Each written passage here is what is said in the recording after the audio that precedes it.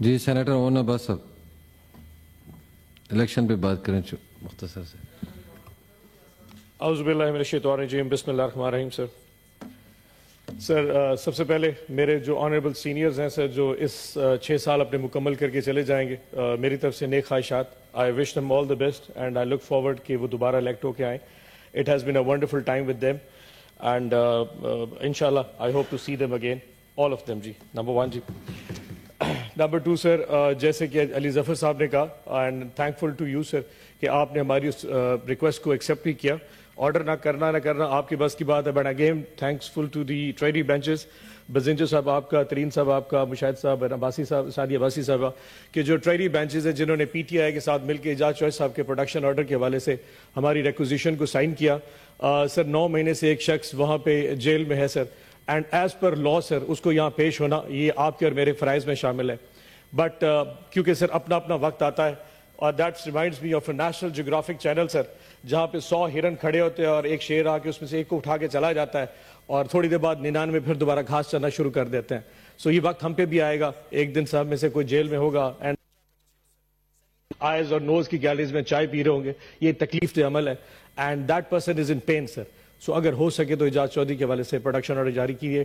یہ farewell session ہے and I think he should be here with us. تیسری چیز سر میں آج تقریباً 11 مہینے کے بعد سینٹ میں تقریر کر رہا ہوں سر. آخری تقریر میں نے کی تھی سر تقریباً مارچ 2023 میں. مشاہد صاحب میں آپ کی بات, سارے سینئر جتنے بیٹھے ہیں, تاجدر صاحب آپ کی بھی طرح تھوڑی سی اٹینشن, بزنجر صاحب, 11 مہینے بعد سر میں یہاں پہ تقریر کر رہا ہوں. اس 11 مہینے میں میرے ساتھ کیا کیا نہیں ہوا سر اس کی تھوڑی سی بازگشت ہونی چاہیے.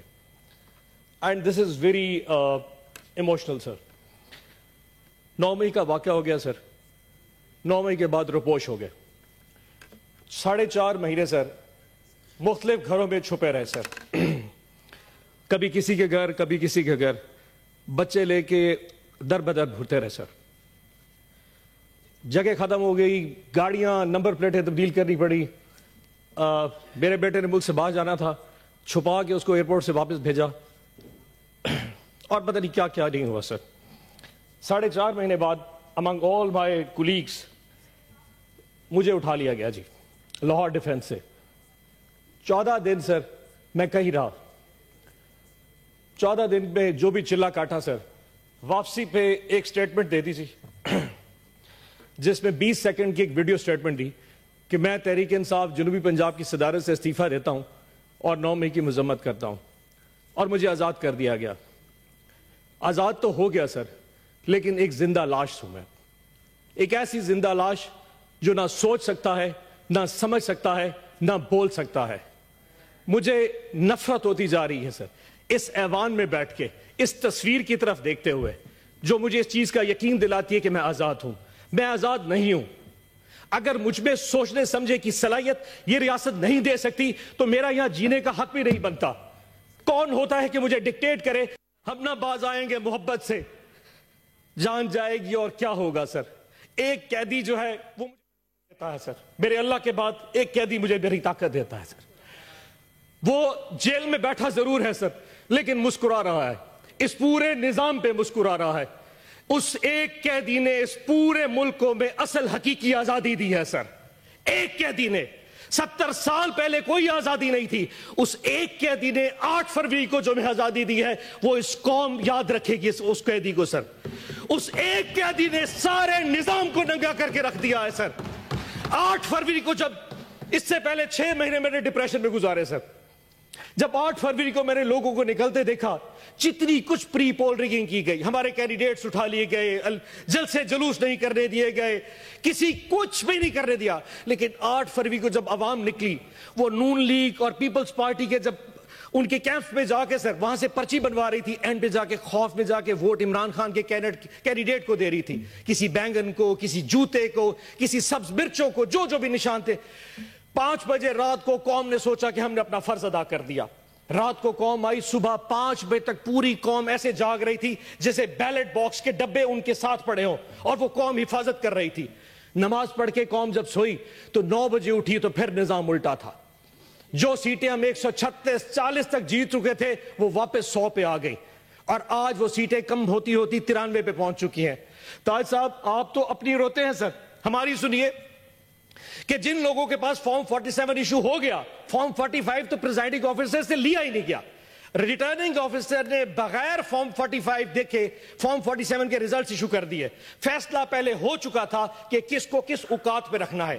ہماری اوقات بھی ڈیفائن کر دی, لیکن ہماری اوقات سے ہم باہر نکل چکے تھے. فارم 47 ایشو کر دیے گئے سر. اس کے بعد کینڈیڈیٹس کو کہا کہ اگر تم لوگوں نے نون لیگ یا آئی پی پی جانا ہے تو جاؤ, اگر نہیں جاؤ گے تو فارم 47 بھی چینج کر دیں گے, تمہیں ریکاؤنٹنگ میں ہروا دیں گے. 10 سے زیادہ ہمارے ایم پی ایز اس وقت نون لیگ کو جوائن کر چکے ہیں. صدیقی صاحب, عرفان صدیقی صاحب, 10 سے زیادہ ہمارے آزاد پی ٹی آئی کے انڈیپینڈنٹ جو ہماری ٹکٹ پہ نشان نہیں تھا ان کے پاس, جو جیت کے عمران خان کی فوٹو لگا کے آئے تھے, وہ اس وقت آپ کے کیمپ کے بیٹھے ہیں. یہ کون سا قانون ہے, یہ کون سا ایتھکس ہے؟ ووٹ عمران خان کا لیا 10. افلان صاحب بیٹھ جائیں, تقسیم رکھیں.